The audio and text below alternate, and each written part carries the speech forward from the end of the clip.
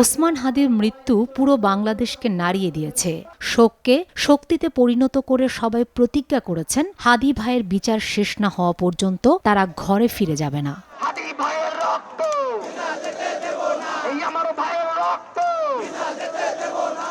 শরীফ ওসমান হাদি, যিনি জুলাই গণঅভ্যুত্থান ও ইনকিলাব মঞ্চের একজন সাহসী মুখপাত্র ও তরুণ নেতা ছিলেন, তার বলিষ্ঠ কণ্ঠ, প্রতিবাদী ভূমিকা এবং ইনসাফের সমাজ প্রতিষ্ঠার আকাঙ্ক্ষা মানুষকে গভীরভাবে আন্দোলিত করেছে। আমি স্বপ্ন দেখে যেতে চাই, আমি আমাদের এমন টিম, আমি আমার সন্তানকে রেখে যেতে চাই, আমার মৃত্যুর পরে যেন এই লড়াই বন্ধ না হয়, এই লড়াই যেন বাংলাদেশে কিয়ামত পর্যন্ত জারি থাকে। তার জনপ্রিয় উক্তিগুলো মূলত সাহস, ন্যায় বিচার ও বিপ্লবের বার্তা দিত, যা তরুণ প্রজন্মকে অনুপ্রাণিত করত। তার মৃত্যুর পর আমরা সবাই হাদি হব স্লোগানটি আকাশে বাতাসে শোনা যায়, যা তার আদর্শের প্রতি আনুগত্য প্রকাশ করে।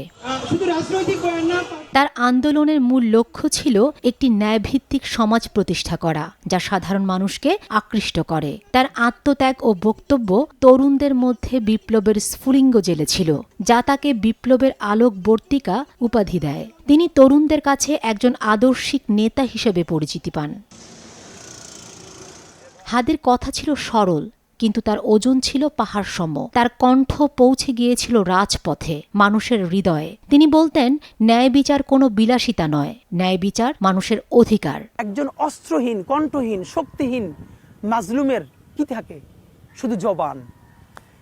এর মানে হলো মাজলুমের গালিটাই হলো তার মুক্তির মহাকাব্য। ওসমান হাদি স্বপ্ন দেখতেন একটি ইনসাফের সমাজ, যেখানে ভয় নয়, নির্ভয়ে সবাই তার মনের কথা বলতে পারবে, যেখানে ক্ষমতা নয়, ন্যায় হবে শেষ কথা।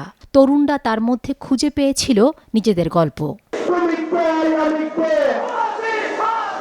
এই বীরের কণ্ঠ নিভিয়ে দেওয়া হলো, সন্ত্রাসীদের গুলিতে তিনি শহীদ হলেন, কিন্তু তার আদর্শ থামেনি। তিনি মানুষের ভালোবাসা এতটাই ধারণ করেছিলেন যে দেশ জুড়ে মানুষ রাস্তায় নেমে বলেছে, আমরা সবাই হাদি হব।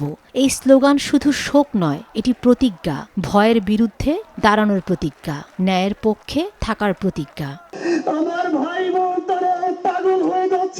হাদিকে শেষ বিদায় জানানোর জন্য হাজার হাজার মানুষ তার জানাজায় অংশগ্রহণ করেছে। সবাই আবেগে আপ্লুত। হাদি আজ নেই, কিন্তু তার সাহস, তার স্বপ্ন বেঁচে আছে, যা হাজারো কণ্ঠে প্রতিধ্বনিত হচ্ছে। যতদিন অন্যায় থাকবে, যতদিন ইনসাফের লড়াই চলবে, ততদিন শরীফ ওসমান হাদি বেঁচে থাকবেন লাখো তরুণের কণ্ঠে। ফাতেমা শিলু, সময় সংবাদ।